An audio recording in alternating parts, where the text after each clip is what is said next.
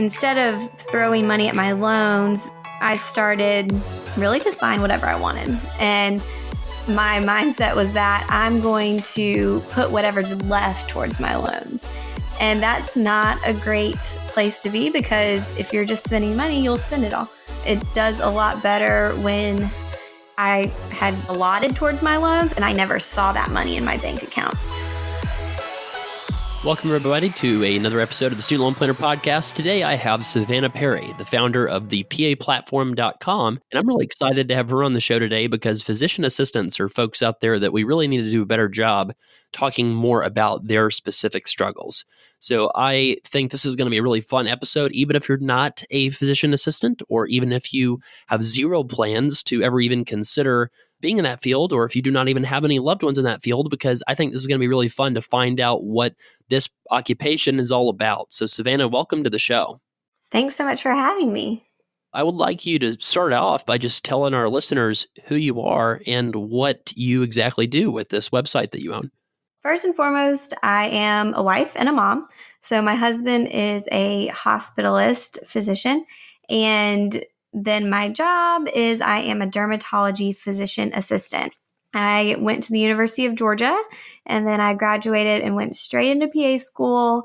And now I've been working in the field of dermatology as a PA for the last 5 years.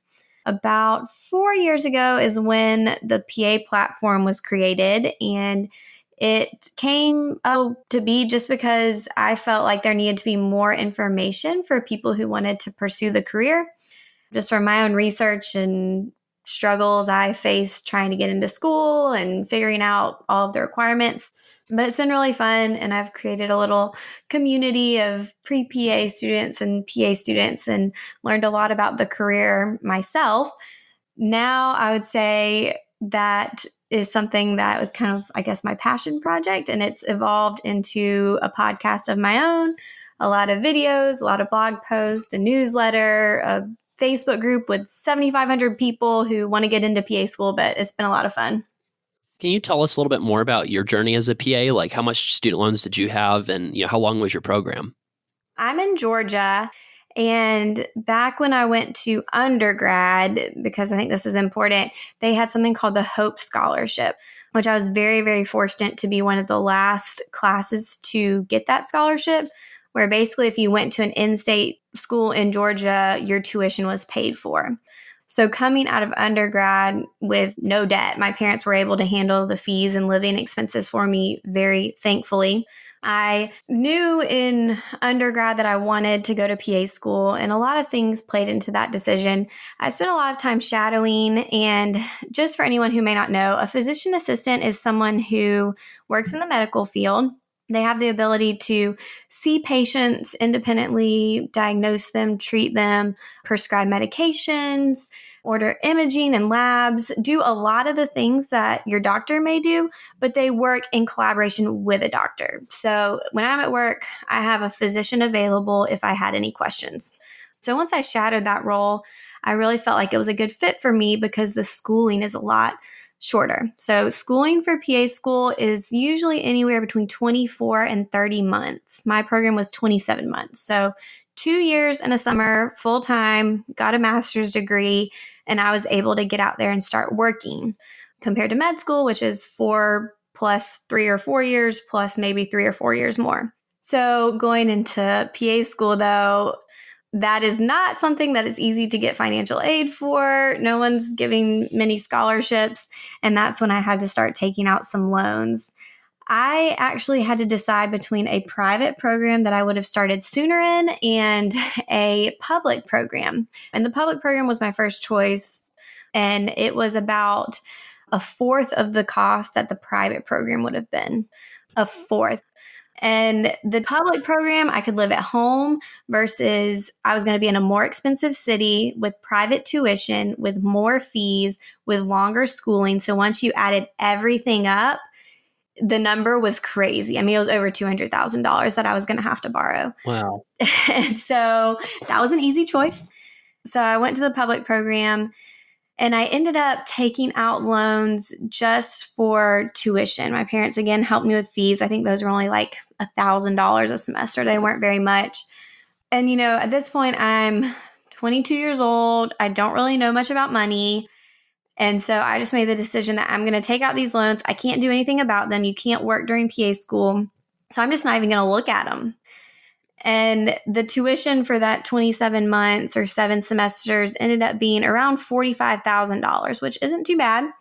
So my last semester, when I decided to look at how much I owed, I was shocked that I already owed $75,000 because the interest had been accruing the whole time I was in PA school. And my interest rate was about, I think, 6.7%. And so that was shocking to me. I don't have a job yet. I'm not sure what that's going to look like. These numbers seem crazy to me, which once I now realize that people who go to private programs end up owing a lot more, it was a little overwhelming. But I just kind of took it in stride and then decided to get them paid back.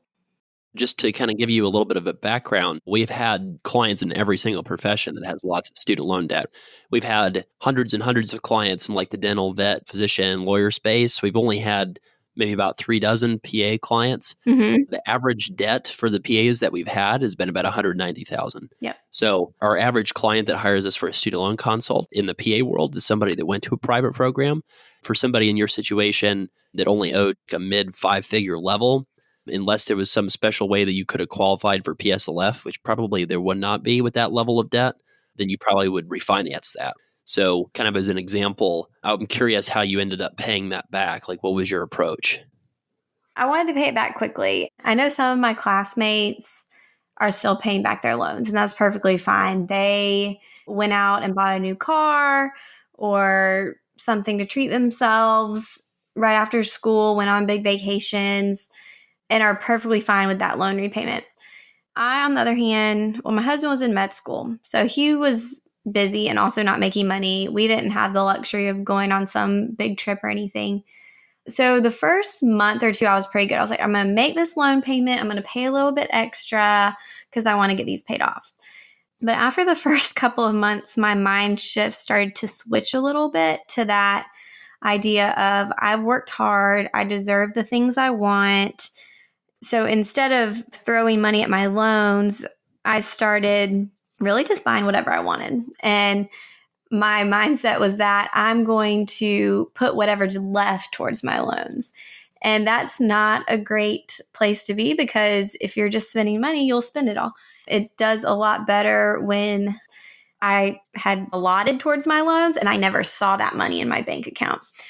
So that lasted a couple months before I got a reality check and was like, okay, I'm spending all my money and not even on things that matter. And so I really started throwing anything and everything extra at my loans. I started working right when I graduated in August. And that December, I got a little bonus. It was like $1,000 and I put it towards my loans. I didn't touch it. I didn't use it.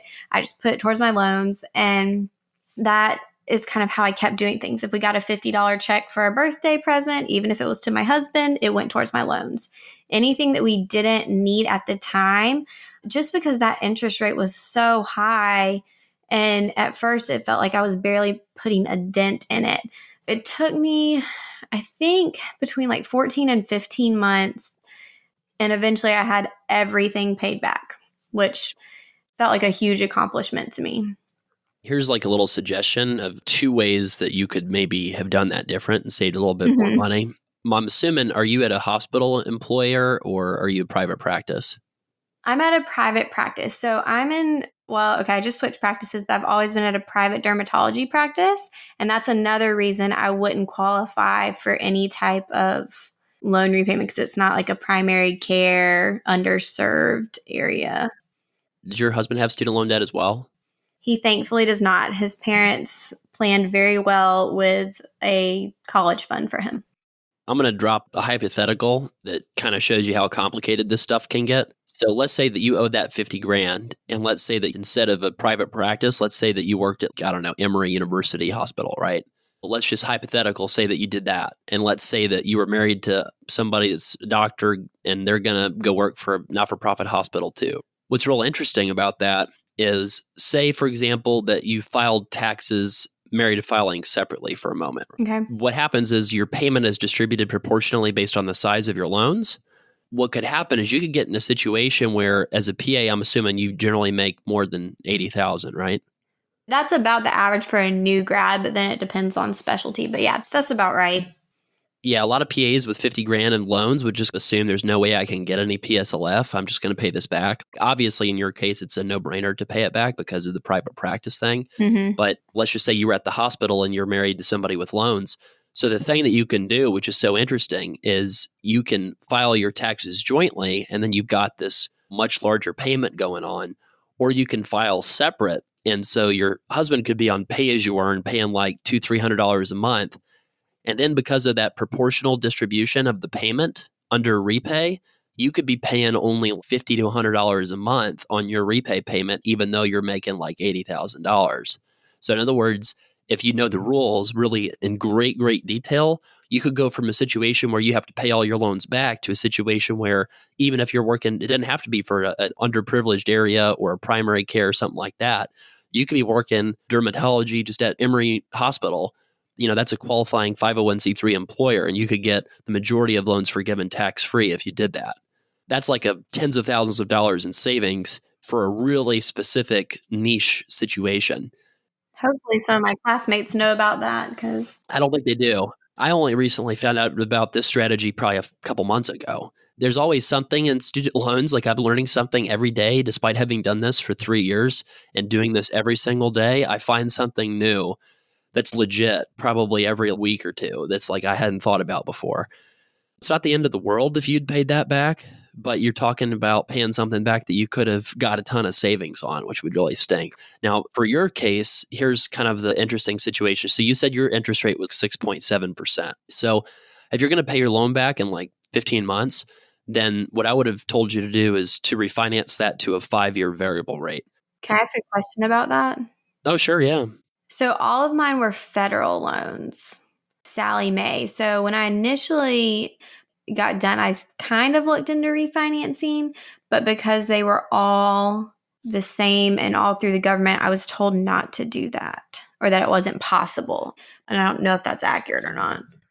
It's not accurate. It's definitely possible. Now, the only catch is they might not give you the very best deals. But the reality is like what I would have told somebody in your situation is go to studentloanplanner.com/refi. That's REFI, is that after the slash. And basically what you'd see there is you'd see the top 5 converting lenders. So we have a long list of lenders, but we try to put the ones that people really need to check at the very top of the page. You probably could spend like 10 to 15 minutes checking those, 3 to 5 of those. And then what I would have expected is you would have gotten a variable rate offer from somebody that started with a 2% instead of a 6. So probably you would have gotten offered anything from 2.2 to 3% variable. And variable sounds real scary. So a lot of people get scared off by that variable rate. But what I'd tell somebody is if you owe less than what you earn, then the variable rate interest is really not that big of a risk at all because these variable rates, they don't really change that rapidly. They might go up like 1% over the course of a year because it's based off of what basically the Federal Reserve is charging people. What does that mean? So if you're paying almost 7% in interest on, like you said, at 50 grand was your balance, remind me again? I took out 45, but by the time I graduated, it was 75. Oh, golly. And all of that was accruing interest. Yeah, so 75. So let's do a little bit of quick math here. All right, so 75,000 times 0.07. Or I'll do 0.067. So that's $5,025 per year in interest. Okay. So let's say that you could have refinanced that and gotten it down to a 2.5% variable rate. Then your annual interest cost would have dropped from $5,000 to about $1,875. That's a good difference. So that would have been savings of about $3,000, which is probably the equivalent of 3 weeks of take-home pay. Yeah. Mm-hmm. So here's the thing. So a lot of people have these refi links on their websites, and a lot of people will try to get you to refinance and everything. The way that our company is different is we take a lower commission to give our readers cashback bonuses. So for example, for a $50,000 or $75,000 amount, it changes all the time. So I don't want to tell readers that they're going to get this specific amount, but like, let's say that you would finance on, has to be through specifically our website. If you don't click on our website, then it's not tracked and they can't really accurately give you the bonus unless you went through our link. But if you had, I think over 75K with Common Bond right now gets people a $550 cashback bonus. Oh, wow. Yeah, so you could get the 550 cash back, and then you'd also get the lower interest rate, which is the main reason anybody refinances in the first place. And then you would pay it back in that 12 or 15 months, but you probably would have saved, like I said, about 3 weeks of take home pay on interest, which is fairly significant.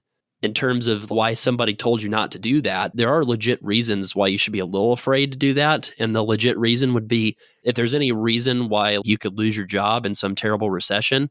So these refi companies will give you 3 months worth of forbearance in general. So like if you lose your job, they'll give you 3 months worth of paused payments, but the government will give you 3 years worth of paused payments.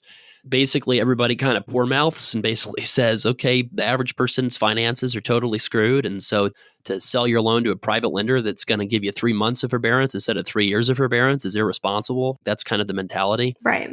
But in reality, we know that physician assistants are going to be the last people on earth probably to lose their jobs. I hope so. Well, I mean, it's a lot less likely that something happens to your job than somebody that went to an MBA program. And the other thing is I'd say that, if you have cash in the bank, if you got an emergency fund, if you've got no credit card debt, then it's kind of like you'd be paying an extra $3 or $4 grand of interest just for the lulls. That's the situation where you could have saved a lot of money. The way our business operates is like, we don't want someone like you paying us for a plan because it's actually really straightforward. You just literally use the links and refinance and have a great life kind of thing. But I want to talk a little bit more about PA world, not just what you could have done, right? So I guess one thing that's kind of interesting to talk about is your friends that went to some of these private programs. Do you know what they're doing with their loans right now? Thankfully, get to meet people in a lot of different situations. And one of the questions everyone asks is just, how are people going to pay for PA school? And the answer is always just loans. So pretty much everyone ends up having to take out loans. And then most people do just get on their salary-based payment plan and try to pay them off that way. I know a good bit of people will refinance and look at options there, which isn't a bad thing like you just explained. But I've been able to interview a few PAs who do some really interesting things. So there is the National Health Scholar Corps, where if you work in an underprivileged area in a certain specialty for 2 years, they will give you $30,000 towards your loans. So I've known a few people who have done that. And I think you can renew it once and get another $30,000. And that's still in addition to your normal PA salary. That doesn't change that you're getting paid as a PA. And then rarely, this doesn't happen too much, some PAs are able to get it built into their contract that they get some loan repayment after they've been there for a certain number of years as kind of a bonus too. I had a friend that did PA program in the DC area, and she went to work for, I think it was like Georgetown University Hospital. She's working for a 501c3 nonprofit employer, which most hospitals are going to be nonprofit employers.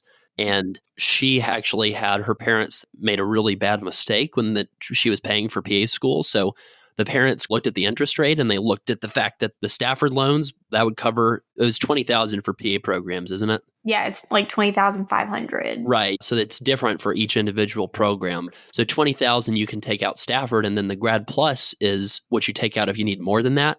And so a lot of people look at that and they think, oh, shoot, I don't want to pay a 4% loan fee plus 7% interest. I'm going to take out private loans instead. So that's what her parents did. They took out private loans through Wells Fargo for the Grad Plus. And so in a case where she was going to go work for a private practice, then that might have been not the end of the world. And they might have saved a little bit of money on the interest, and maybe that would make some sense. We actually even have a list of private lenders on our site, studentloanplanner.com/private. That does make sense for some PAs, but the thing that really screwed her over is her parents took out half of her loans basically as private loans, and then she ended up in a job that qualified for public service loan forgiveness. That 80, 90-ish thousand that she had borrowed private, that could have been forgiven totally tax-free. And PSLF still made sense for her to pursue anyway. Her parents had literally just taken 80 grand and totally given it away. It was really sad. That's why we're doing pre-debt consults now, is because of problems like that, where people will do things that they think are good, but then are actually not good because of how complex the math is. So I don't know. I think that a lot of those people that are taking out those 190K loans, they would actually be much better off not doing those NHSC programs, because at most that only covers 30-ish thousand each for those couple of years. And then you still have the big chunk left. In reality, I think most of those people would be better served if they just took the 10-year jobs at one of these not-for-profit hospitals, if they really care a lot about having their loans forgiven that way. That's just a thought, at least. So maybe we can ask a little bit more about PA programs and we can get into some more loan gobbledygook later in the show. Can you tell me what a PA-S and a PA-C is?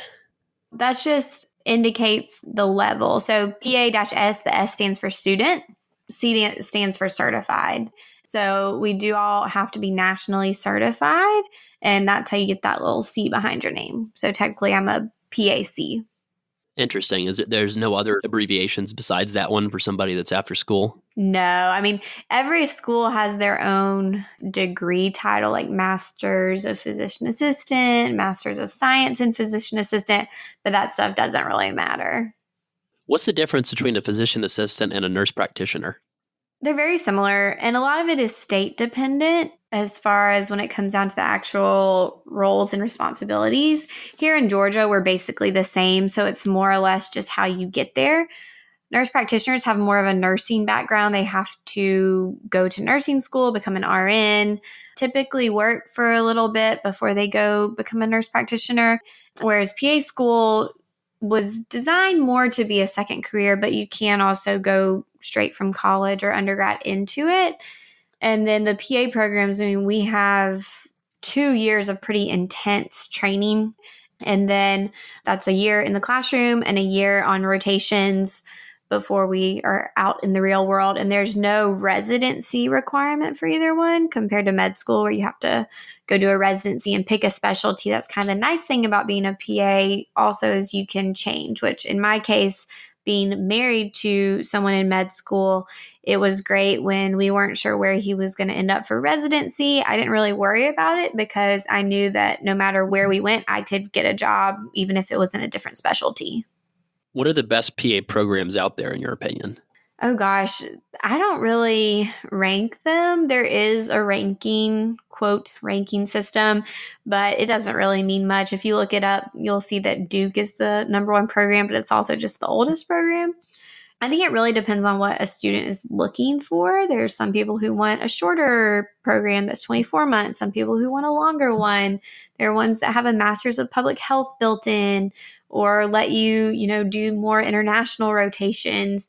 So it really is kind of a very individualized thing. And that's why when I'm helping people and coaching them towards PA school and deciding where they want to apply and where they want to go, we really look at what's important to them in deciding which schools are going to be a good fit, because it's not something that you just blindly apply to a bunch of schools for. You really have to find the ones that are going to fit you best if you want to pursue that route.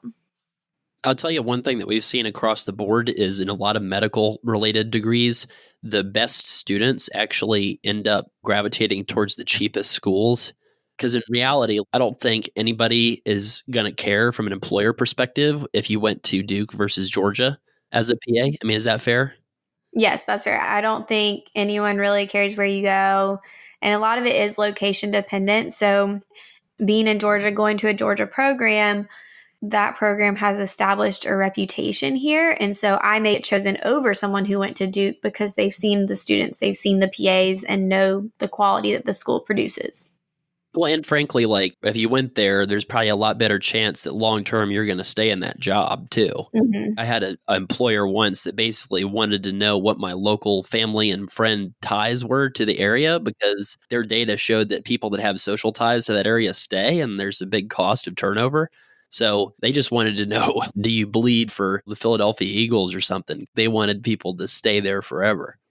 It's a huge factor in getting and securing the job you want.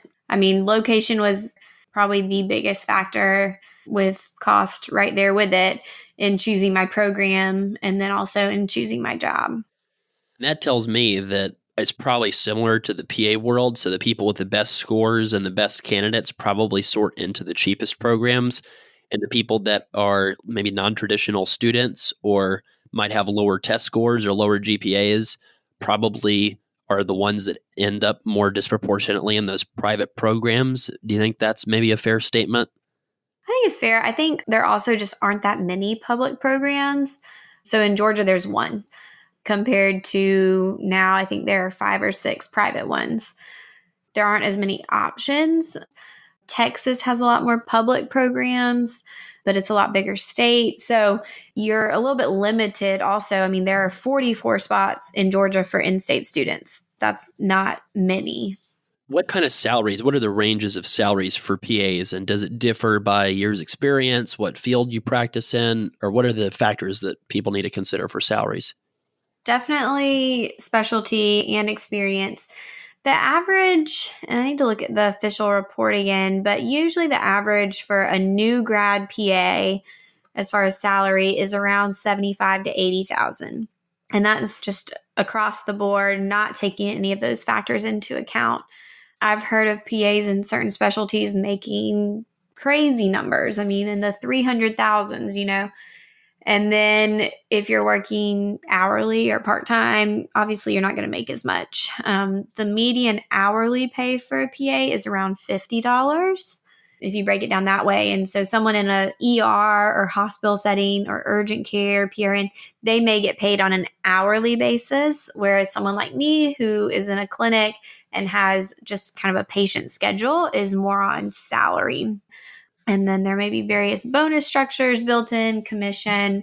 I've seen so many different ways that PAs get paid. But overall, I mean, it consistently ranks as in the top 3 jobs in the nation and the top growing jobs. So it's a great profession just because of what you're able to do and how quick you're able to do it. So I would say PA and probably nurse practitioners are probably 2 of the best ROI fields that we see people take debt out. So specifically, like the fast path from undergrad to practice is important because you're not losing so many years of salary like you are when you go to medical school. The other thing is the fact that you can come out with 50 grand from a program if you get into one of these in-state programs. That's really important. Now, I would say I'm not so sure about the value of going to one of these private schools where you're going to leave with 200 grand in debt, because in that case, you're probably going to be best off going for loan forgiveness, in which case that sort of becomes a tax. So you lose 10% of your wages to your student loans.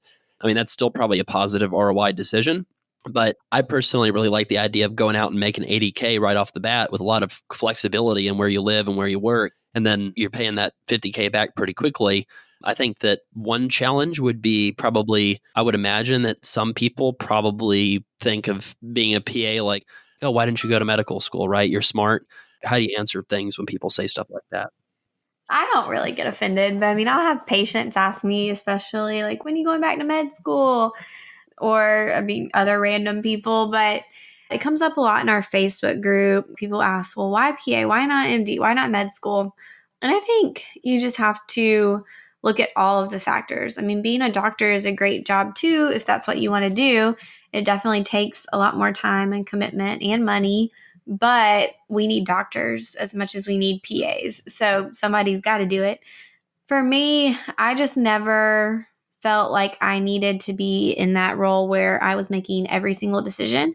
Granted, I see my own patients. I do make a lot of decisions on my own, but that physician is there if I need her. And I really appreciate and value that collaboration and teamwork. And I've always been someone who just wants to work. So the idea of spending 12 more years in school was extremely daunting to me. So my husband just finished residency this summer, and he's been working at his job now for a month, whereas I've been in my job for over 5 years now.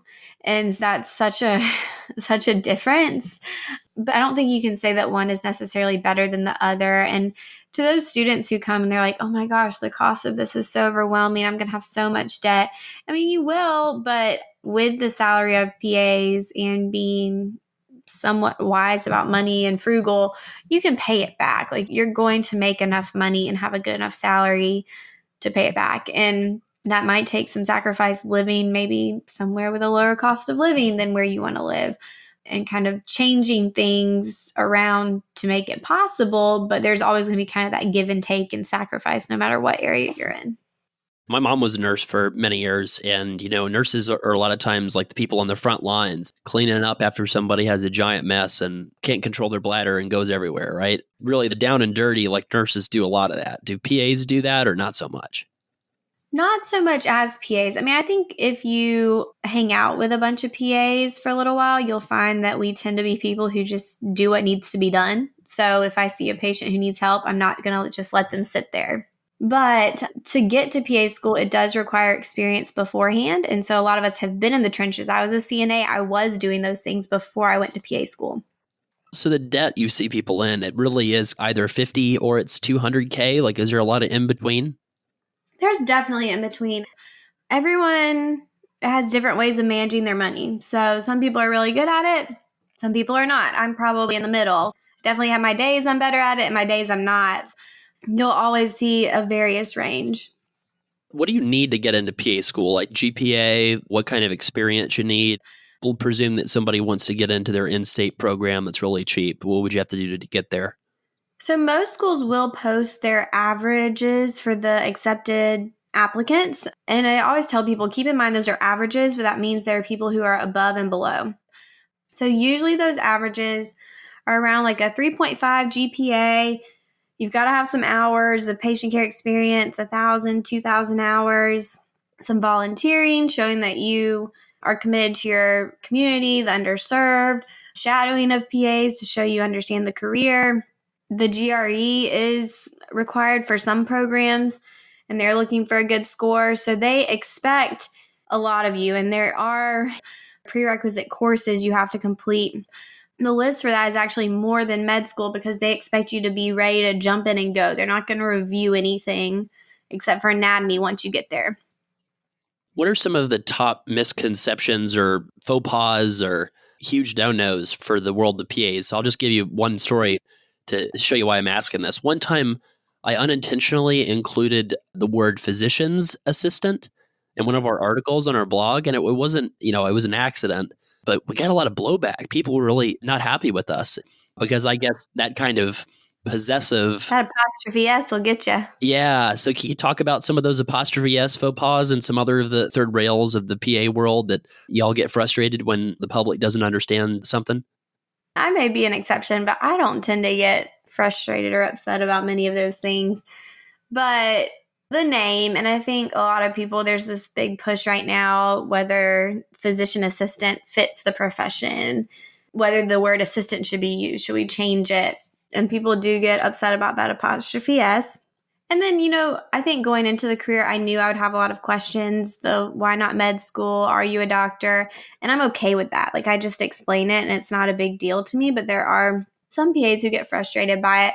I think more than that for me, I look super young. I look like a high schooler. And so I get asked more about that than anything else. But I think just understanding if someone's a PA, it's because they wanted that role, not because they wanted to be a doctor. Right. I mean, when I was in corporate America, there was a lot of people that wanted to go to the middle level of management and then stay there. Mm-hmm. Because they knew that if they went up to the senior exec roles, that there was a lot of more meetings. You were working at all hours. It was a lot more stress. The flexibility was not as good. And there were a whole large group of people at this company that I was at that were just like, you know what? I like making 80 to 100K a year and having tons of vacation and actually get to use it and have no expectation that I'm on call 24/7. Right. And that's what, as a PA, I mean, unless you want to be involved, a lot of times you don't have to do all the admin stuff. And at my old practice, they were doing a build out and they would have these lunch meetings where they would sit and talk about the color to paint the walls for an hour. And I don't want to do that.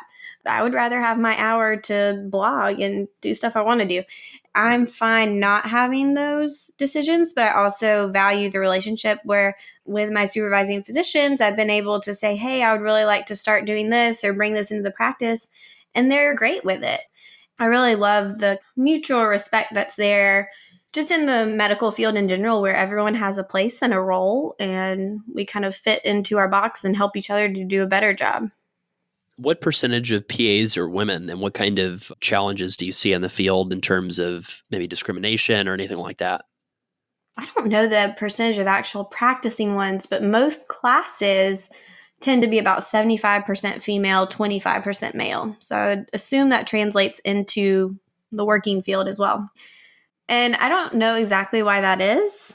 Recently, they said that there, at this point, are equal amounts of male and female med students, where I think that used to be more male heavy. I think you see a lot of women going into the PA field just because of the flexibility. And even for me, I have a 1-year-old and I recently switched to a part-time position. And so I have that flexibility, and I don't feel like I've put in 12 years of my life that I have to go to work full time every single day to make up for that. I've paid back my loans, I've done my time, and now I get to enjoy this kind of next stage of life while I still enjoy my work. That makes a lot of sense. And that's a real challenge when you're in medical school. I'm married to a physician. It's tough because you're like, when's the right time to have kids? Is it when we're in med school, when I'm studying all hours of the night? Is it when I'm in residency, working 80 hours a week? Is it when I'm in fellowship, trying to develop my research and get known in the field? Is it when I'm in attending and like, I'm going to take this huge pay hit? You know what I mean? There's no good time in medicine to have a kid. And you see a lot of people like that have stay-at-home spouses that are in medicine, right? And this is true now increasingly for men and women. Like I'm in a group of dads married to doctors on Facebook, and it's great because a lot of those guys are stay-at-home dads. And it's just when you have a career that's like all-consuming, that wants all of you, like medicine does, it is helpful to have a partner that's more in a supportive role. And when you have two people that have very aspirational, very demanding, like from an hours perspective, careers, is really tough. Yeah. For people out there who want to work to live and not live to work, I think that, the PA kind of field's really enticing. You can make a difference. You make a great wage and you have flexibility and you have debt, but not as much. And it's pretty stable. Right. And it's growing. And I think that is something that should play into decisions. I don't think it should be the only reason. 'Cause I believe that you choose your schedule and choose your priorities no matter what your professions. At my old practice, I worked more than any of the doctors. I worked more days and hours than they did because that was a choice they made to be home with their families. So when I wanted to go part-time and that was no longer a good fit because I couldn't fit what they needed, I've found a practice now where they're very supportive of that and of the fact that I have a 1-year-old, and kind of rallied behind me with that and having a better schedule. And part of that decision too was my husband's schedule. So he's a hospitalist. He works 7 on, 7 off. And so really we are fortunate that we are, I'm not going to say debt free because we have a mortgage, but we are able to enjoy our time together because we made setting up our finances, and thankfully our parents did too, a priority. And I know that not everyone's in that situation, but even if we weren't in that situation, I think I would be willing to make financial sacrifices to still have our, like you said, our lives and schedule set up like this. My husband actually, he thought really hard about a fellowship all throughout residency. And even after working for a month, he kind of was talking the other day about, maybe I should have done a fellowship or gone back and done one, but I really want to be home. I don't want my job to define me, my career to define me. That's not, I enjoy it, but I don't want it to be all there is to me. And so I appreciate that as his wife. And I think a spouse in medicine, but somebody who's also in medicine, it's definitely a hard balance, like you said. For people that would do PA as a second career, were there a lot of untraditional people in the program that you were in, or is most people all in their 20s?